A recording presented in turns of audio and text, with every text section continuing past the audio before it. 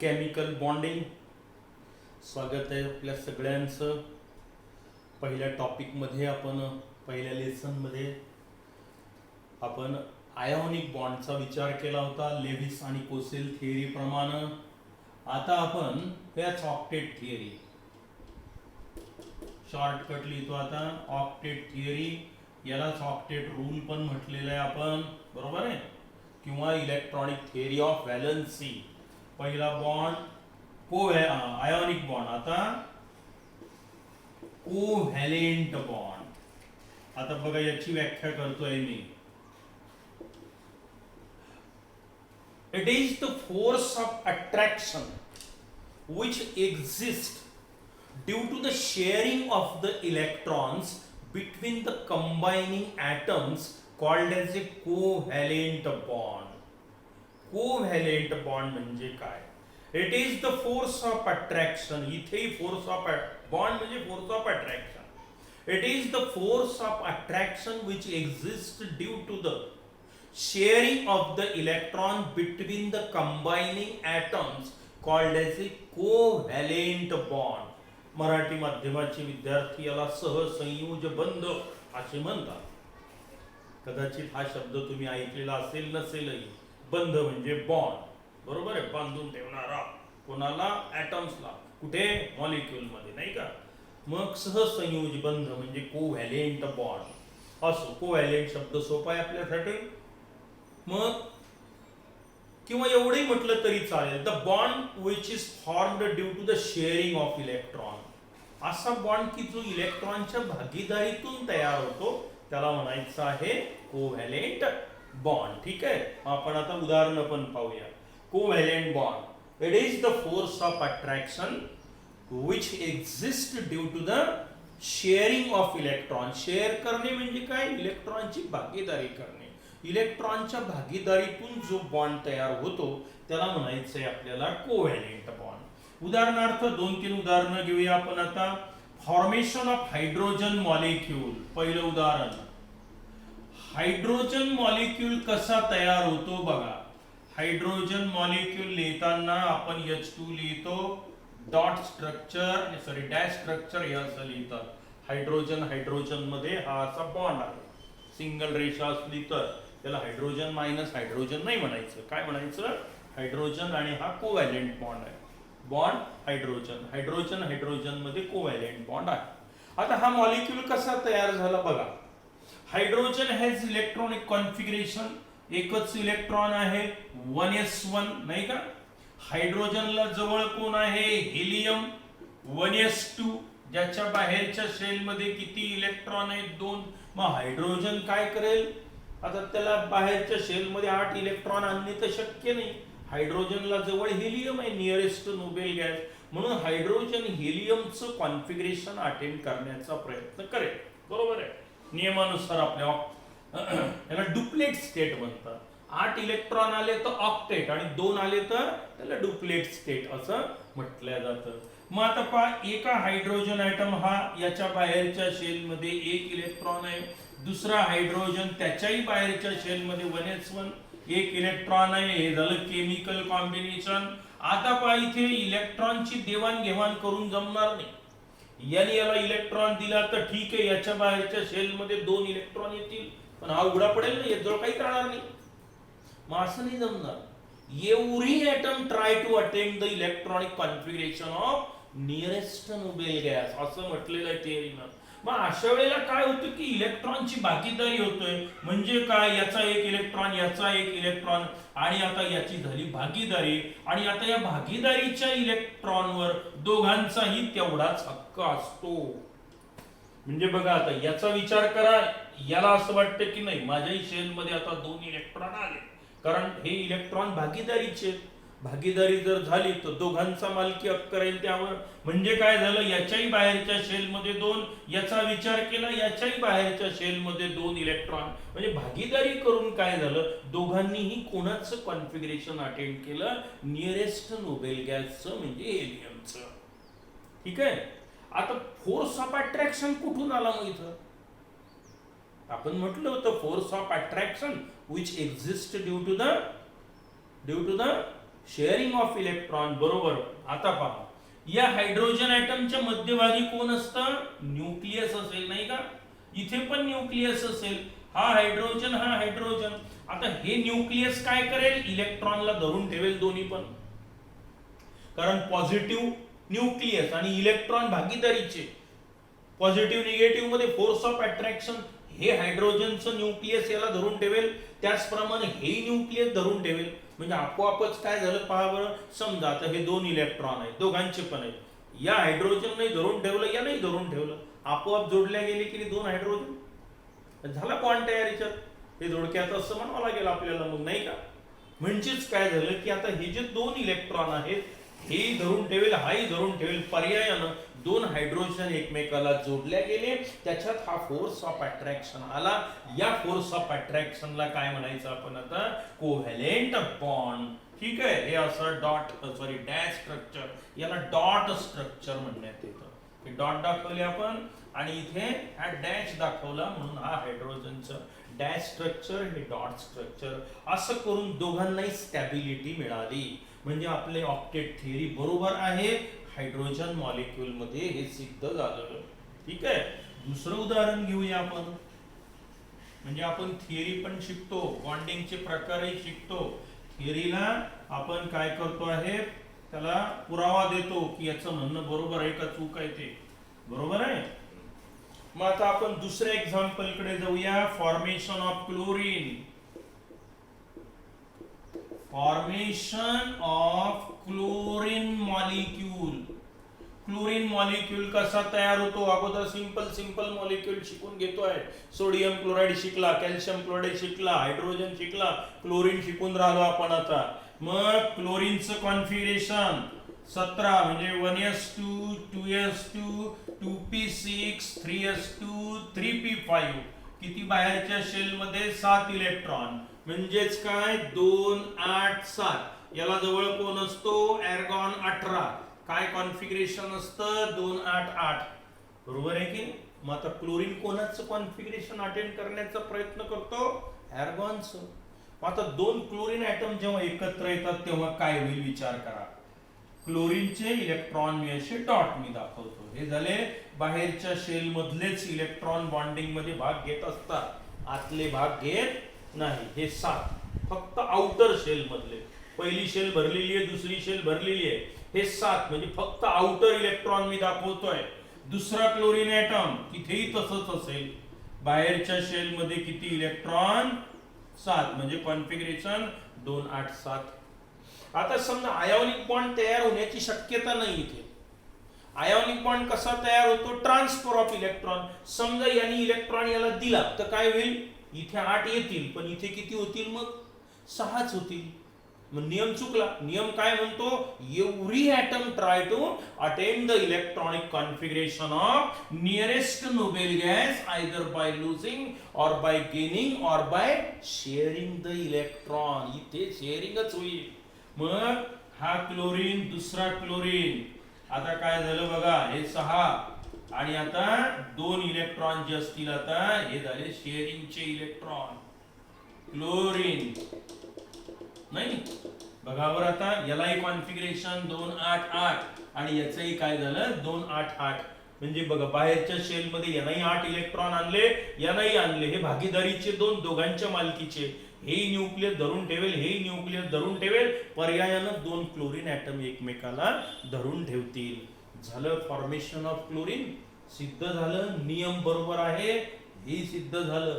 Sodium chloride मध्ये नियम बरोबर, कॅल्शियम क्लोराईड मध्ये नियम बरोबर, हायड्रोजन मॉलिक्यूल मध्ये नियम बरोबर, क्लोरीन मॉलिक्यूल मध्ये नियम बरोबर, फ्लोरीन मध्ये बरोबर, आयोडीन मध्ये बरोबर. खूप चांगली थिअरी आहे.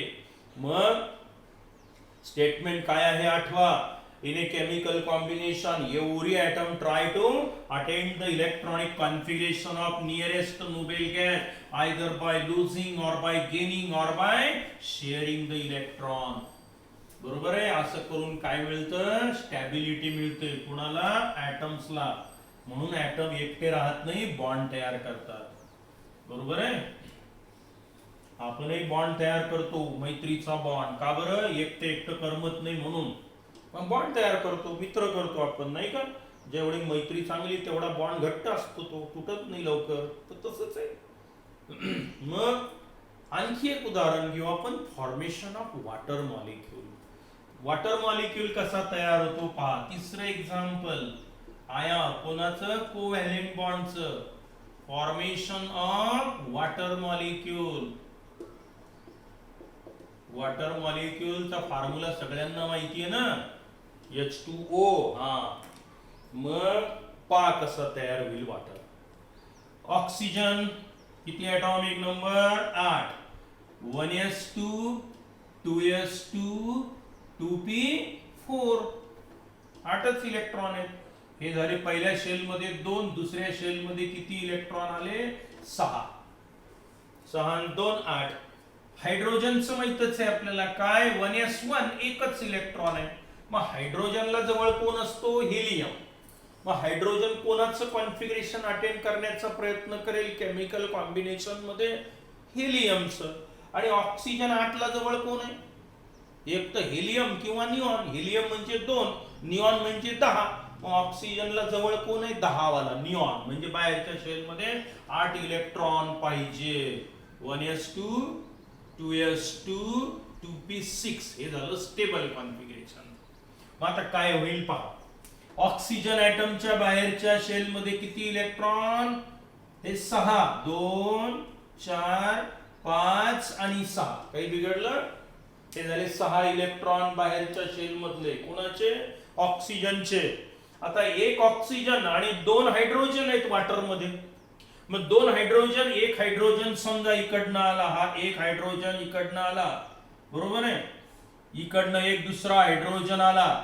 हायड्रोजन मध्ये एकच इलेक्ट्रॉन आहे, हा इथे आला, भागीदारी झाली. याच्याकडे एक इलेक्ट्रॉन आहे, इथे भागीदारी झाली. आता पहा, भागीदारीचे इलेक्ट्रॉनचा विचार करा, हायड्रोजनचा विचार करा, बघा बरं.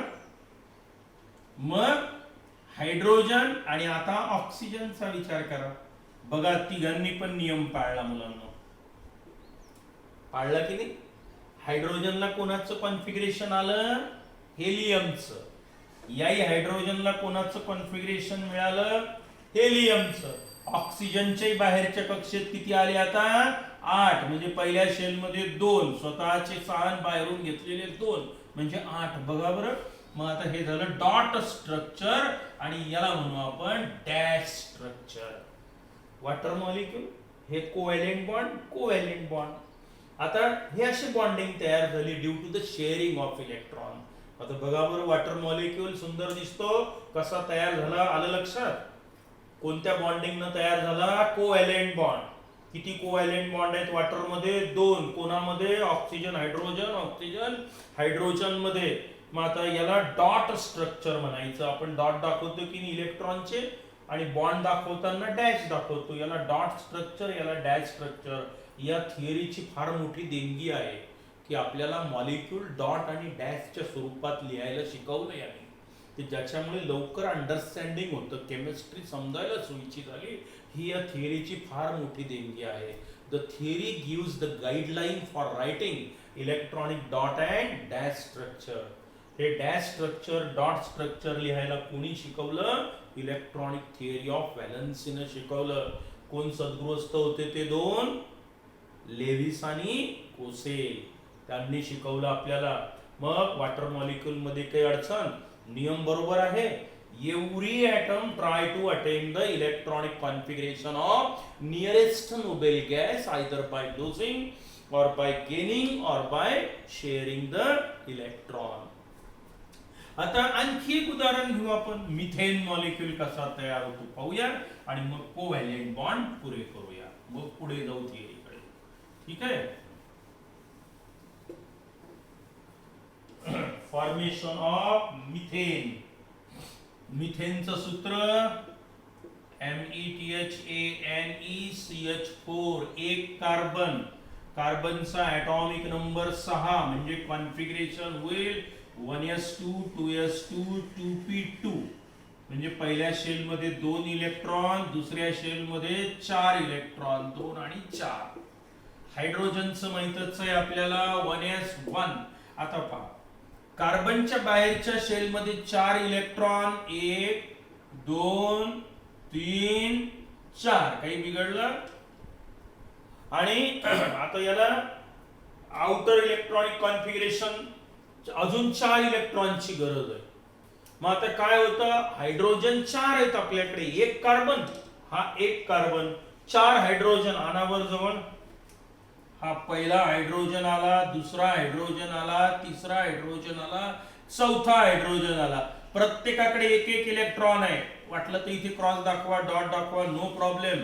आता पहा, हायड्रोजननी ड्युएट स्टेट अटेंड केली, डुप्लेट स्टेट अटेंड केली प्रत्येक हायड्रोजननी. आणि कार्बननी पण पहा जमवलं. काय जमवलं, बाहेरच्या शेल मध्ये 8 इलेक्ट्रॉन, दाखवायची गरज नाही, दिसत आहे 2 4 6 8. हायड्रोजननी पण 2 2 2 2, नाही का. पाचही ॲटमनी नियम पाळला. Every atom try to attend electronic configuration of nearest noble gas either by losing or by gaining or by sharing the electron. काही अडचण, सुंदर थिअरी आहे. मग आता हे मिथेन मॉलिक्यूलचं, याला काय म्हणायचं, डॉट स्ट्रक्चर, याला काय म्हणायचं, डॅश स्ट्रक्चर. बघा, मिथेन मॉलिक्यूल असा तयार झाला असला पाहिजे. कोणाला म्हणायचं हे, या इलेक्ट्रॉनिक थिअरी ऑफ व्हॅलन्सीला. मग आपल्याला इलेक्ट्रॉनिक थिअरी ऑफ व्हॅलन्सी आणि बॉन्डिंगचे 2 प्रकार माहिती झाले. काय आहे बॉन्ड म्हणजे काय, it is the force of attraction which holds atoms together in a molecule. Electronic theory of valency म्हणजेच ऑक्टेट रूल, म्हणजेच ऑक्टेट थिअरी काय सांगते, in a chemical combination every atom try to attend the electronic configuration of nearest noble gas either by losing or by gaining or by sharing the electron. नंतर ionic bond आणि covalent bond. Ionic bond म्हणजेच electrovalent bond, त्यालाच म्हणतात. The force of attraction present between 2 oppositely charged ion, that is positive and negative ion, called as a ionic bond, and it is formed by the transfer of one or more electron from outermost shell of one atom to other atom. बरोबर आहे. For example, formation of sodium chloride, formation of calcium chloride, lithium chloride देता येईल तुम्हाला, पण गरज नाही, 2 उदाहरणं पुरे आहेत. Covalent bond, it is the force of attraction exist due to the sharing of electron called as a between the combining atom called as a covalent bond. किंवा the bond which is formed by the sharing of electron called as a covalent bond. For example, 4 example दिले मी. हायड्रोजनचं example, क्लोरीनचं example, अजून water मॉलिक्यूलचं example आणि हे मिथेनचं example. इथपर्यंतचा part चांगला वाचून काढायचा, ठीक आहे. नंतर या थिअरीनं खूप चांगली उत्तरं दिलेली आहेत, पण या थिअरीला काही प्रश्नांची उत्तर नाही देता आले, म्हणून दुसरी थिअरी आली. कोणत्या प्रश्नांची उत्तर नाही देता आले ते आपण तिसऱ्या एपिसोडमध्ये किंवा तिसऱ्या भागामध्ये पाहूया. तोपर्यंत गुड बाय.